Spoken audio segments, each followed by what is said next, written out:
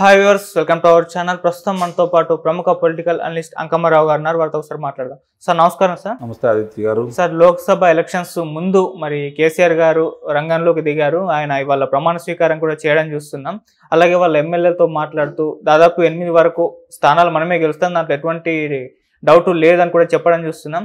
అయితే ఎలక్షన్స్ ముందు ఈయన ఇలా రంగంలోకి దిగడంపై రకరకాల ఊహాగానాలు వినిపిస్తున్నాయి. అంటే 8 సీట్ల వరకు గెలిస్తే అటు బీజేపీకి మద్దతు తెలిపి కాంగ్రెస్ ప్రభుత్వాన్ని వచ్చే ఒక 6 నెలల్లో గద్దె దించేసి మళ్ళీ అధికారంలోకి రావడానికి ప్రయత్నిస్తున్నారు అన్న వార్తలు అయితే వినిపిస్తున్నాయి. సార్, మరి మీ ఒపీనియన్ సార్ దీనిపైన?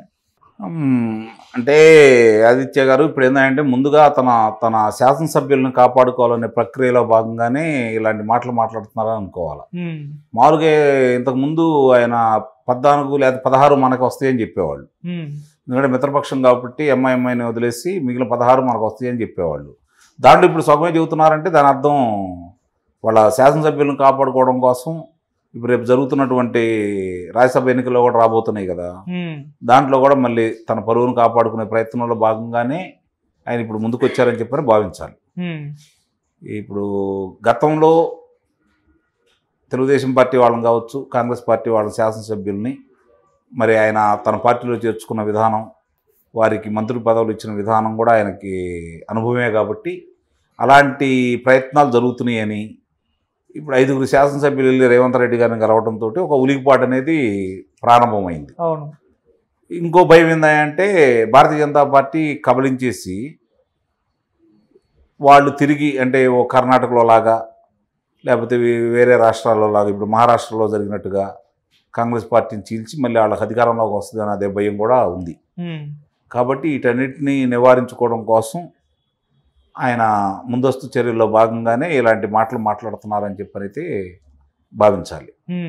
ఒకటి మాత్రం చాలా స్పష్టం, రేపు గనక రాజ్యసభలో ఆయన గనక తన గౌరవాన్ని కాపాడుకోలేకపోతే ఎన్నికల ముందే ఈ పార్టీకి చాలా ఇబ్బందులు ఎదురవుతాయి. లోక్సభ ఎన్నికలకు ముందే, అందులో ఎలాంటి సందేహం కూడా లేదు. అటు భారతీయ జనతా పార్టీ వాళ్ళు ఎదురు చూస్తూ ఉన్నారు, వాళ్ళ ప్రయత్నాలు వాళ్ళు చేస్తూనే ఉన్నారు. అలాగే కాంగ్రెస్ పార్టీ ఇట్లాంటి ఆటలు ఆడటంలో కాంగ్రెస్ పార్టీ చాలా సిద్ధహస్తులు. అందులో రేవంత్ రెడ్డి గారు దాంట్లో వెనక ముందాడే మనిషి ఏం కాదు, అటు పెట్టిన కట్టున్నారు పెట్టే మనిషి కాబట్టి ఆయన మొన్న కూడా చెప్పడం కూడా జరిగింది. ఎవరి ప్రయత్నాలు వాళ్ళు మొదలుపెట్టారు. ఈయనేమో కాపాడుకోవడానికి ఈయన ప్రయత్నాలు ఈయన చేస్తున్నాడు. ఏ విధంగా ఎంతమందిని తీసుకోవాలి, ఎట్లా తీసుకోవాలి, ఏం చేయాలనే ప్రయత్నంలో కాంగ్రెస్ పార్టీ వాళ్ళు భారతీయ జనతా పార్టీ వాళ్ళు ఉన్నారు అనేది మాత్రం వాస్తవం.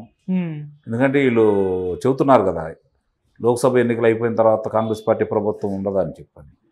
వాళ్ళు ఏమంటున్నారు, మన స్పష్టంగా చెప్పాడు కదా రేవంత్ రెడ్డి గారు, మా జోలికి వస్తే ఆట ఎలా ఉంటుందో చూపిస్తానంటున్నారు కదా.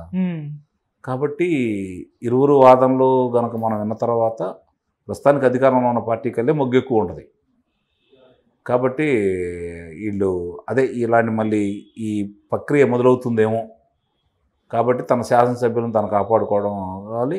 అట్లానే అతను చెప్పినట్టు కనీసం 8 స్థానాలన్నా గౌరవప్రదంగా వస్తే ఆయనకి శాసనసభ్యులు బయటకు వెళ్లకుండా ఉంటారనేది కూడా వాస్తవమే.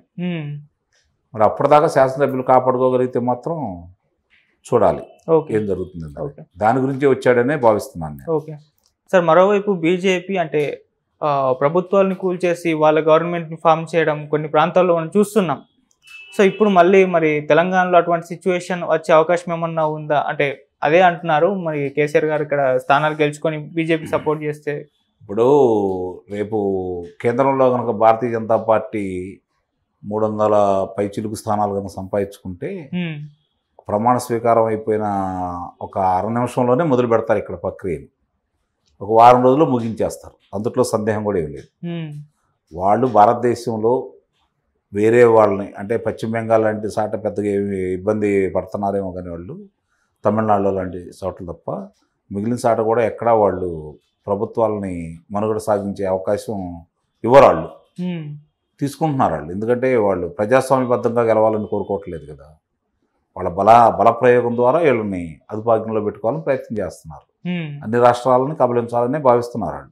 ఇప్పుడు దాకా విజయవంతం అవుతున్నారు కాబట్టి రేపు వీళ్ళు అనుకున్నట్టు ఇప్పుడు రాముడు అంశం తోడైంది, మాకు 350 స్థానాలు వస్తున్నాయని చెబుతున్నారు కాబట్టి 350 స్థానాల వాళ్ళ రాంగంలోనే వద్దన్నా కూడా ఇందులో శాసనసభ్యులు పరిగెత్తారు.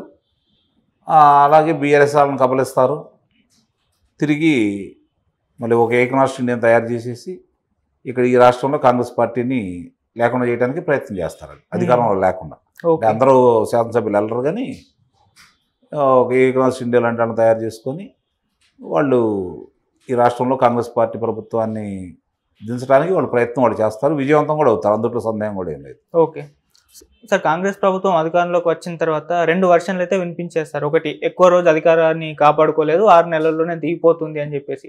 మళ్ళీ ఇప్పుడు బీఆర్ఎస్ ప్రభుత్వమే ఖాళీ అయిపోతుంది, అందరూ కూడా కాంగ్రెస్లోకి షిఫ్ట్ అయిపోతున్నారు అని అంటున్నారు. మరి 2 వర్షన్స్లో ఏది సక్సెస్ అయ్యే అవకాశం ఉంది? అంటే లోక్సభ ఎలక్షన్స్ తర్వాతనే తెలిసే అవకాశం ఉంది. కాంగ్రెస్ పార్టీ కనుక అంటే బీఆర్ఎస్ పార్టీ వాళ్ళు ఇప్పుడు కాంగ్రెస్ పార్టీకి వెళ్ళారనుకోండి, 15-20 మంది కాంగ్రెస్ పార్టీ ప్రభుత్వానికి వచ్చిన డోకా లేదని చాలామంది భావిస్తున్నారు. ఇప్పుడు ఇటు వెళ్ళినాడు రేపు భారతీయ జనతా పార్టీకి వెళ్ళరని నమ్మకం అయితే లేదు కదా. అధికారం ఉంది కానీ కదా ఇటు వచ్చేది. అవును, రేపు కేంద్రంలో అధికారం ఉంది కాబట్టి ఈ ప్రభుత్వాన్ని పడగొట్టి ఇంకోళ్ళు ఎక్కించబోతున్నారు అనగానే ఇటు వచ్చినాడు ఈ 10 మంది కాదు ఇంకో 10 మందిని తీసుకెళ్తారు. అలానే జరుగుతాయి. దీనికి చట్టబద్ధత వచ్చేంత వరకు కూడా ఇలాంటి ప్రక్రియకి ఇక అడ్డు అదుపు అయితే ఉండదు. ఓకే, అవకాశం ఉన్నంత వరకు ఇలా చేస్తారు. చట్టంలో చాలా మార్పులు తీసుకురావాలి. ఏ విధమైన మార్పులు తీసుకురావాలి అంటే ఒకసారి ఆధిక్యతతో వచ్చిన తర్వాత 5 సంవత్సరాలు వాళ్ళు అలానే అధికారంలో ఉండాలి. లేదంటారా దాని మీద ప్రజలే వాళ్ళు తప్పుడు నిర్ణయాలు చేసేటప్పుడు వాళ్ళని పదవి నుంచి తొలగించే అవకాశం ప్రజలకే ఉంటే అప్పుడు వీళ్ళంతా మాట్లాంటారే తప్ప, లేదంటే ఇప్పుడు జరుగుతున్నటువంటి ప్రక్రియలో భాగంగా కేంద్రంలో అధికారంలో వాళ్ళ ఆటల్లో మిగిలినందరూ బలిపస్తులు అవుతారు. ఓకే, అది మాత్రం వాస్తవం. ఓకే. మరి ఇటు బీఆర్ఎస్ ఖాళీ అయిపోతుంది అంటున్నారు సార్, మరి ఇది అది అయ్యే పరిస్థితి కనిపిస్తుందా సార్? తెలుగుదేశం పార్టీ ఖాళీ చేయలే, బీఆర్ఎస్ ఖాళీ ఏది వచ్చే నష్టమే ఉంది దేశానికి? లేదు కదా. మళ్ళీ తర్వాత పుంజుకోవచ్చు. ప్రస్తుతానికైతే వాళ్ళ ఆలోచన అదే కదా, చేస్తారు, అనుమానంగా ఉంది దాంట్లో. ఓకే సార్, మరి ఇప్పుడు ఎలాగో కేసీఆర్ గారు రంగంలోకి దిగారు, ప్రమాణ స్వీకారం కూడా చేశారు. ఎలా ఉండబోతున్నాయి అసెంబ్లీలో? మరి ఇటువైపు ప్రచారం కూడా చేస్తున్నారు, కాంగ్రెస్ పార్టీ వణికిపోతుంది, రేవంత్ రెడ్డి గారు కూడా కంగు తింటున్నారు, షాక్లో ఉన్నారని వినిపిస్తున్నాయి సార్. మరి ఎలా ఉంటుందంటే? షాక్ చూద్దాం, ఎవరికి ఎట్లా తగిలిద్దో కూడా చూడవచ్చు. అదే నేను చెప్పాను, వాళ్ళ శాసనసభ్యులను కాపాడుకోవడానికి కొన్ని బేరాలు బలుగుతూ ఉంటారు. వాస్తవంగా చూసుకుంటా ఉంటే అక్కడ బలహీనం అయిపోయారు కేసీఆర్ గారు, దాంట్లో ఎలాంటి సందేహం కూడా ఏం లేదు. నిజంగా కనుక అంటే రాజకీయ ఎత్తుగడలు పై ఎత్తులు వేయటంలో సిద్ధావస్తుడే ఆయన. ఇప్పుడు ఆయనకు 39 మంది శాసనసభ్యులు ఉన్నారు కాబట్టి మరి 7 శాసనసభ్యులు ఎంఐఎంఐలు ఉన్నారు కాబట్టి అంటే 46 మంది అవుతారు. ఇంకా ఆయనకు కావాల్సిన 14 మంది. ఆ 14 మందిని మరి ఆయన కాంగ్రెస్ పార్టీలో తీసుకుంటే విజయం సాధిస్తారు. ఓకే, ఒకవేళ 10 మందిని తీసుకున్నా కూడా భారతీయ జనతా పార్టీ సహకరించింది, ఎందుకంటే కాంగ్రెస్ పార్టీ అధికారంలో ఉండదు కాబట్టి. మేము బేషరతుగా మద్దతు తెలుపుతూ ఉంటారు, బయట నుండి మద్దతు అంటారు. ఓ 3-4 నెలలు అయిపోయిన తర్వాత ఈడు కూడా పని బాగాలేదు, వీళ్ళని కూడా తొలగిస్తున్నాం అని చెప్పని వాళ్ళు అప్పుడు మేము వైదొలుగుతున్నాము, ఈ ప్రభుత్వం మద్దతుని ఉపసంహరించుకున్నాం అంటారు. మళ్ళీ ఎన్నికలకు వెళ్తారు. జరిగే ప్రక్రియ అయితే అది. ఓకే.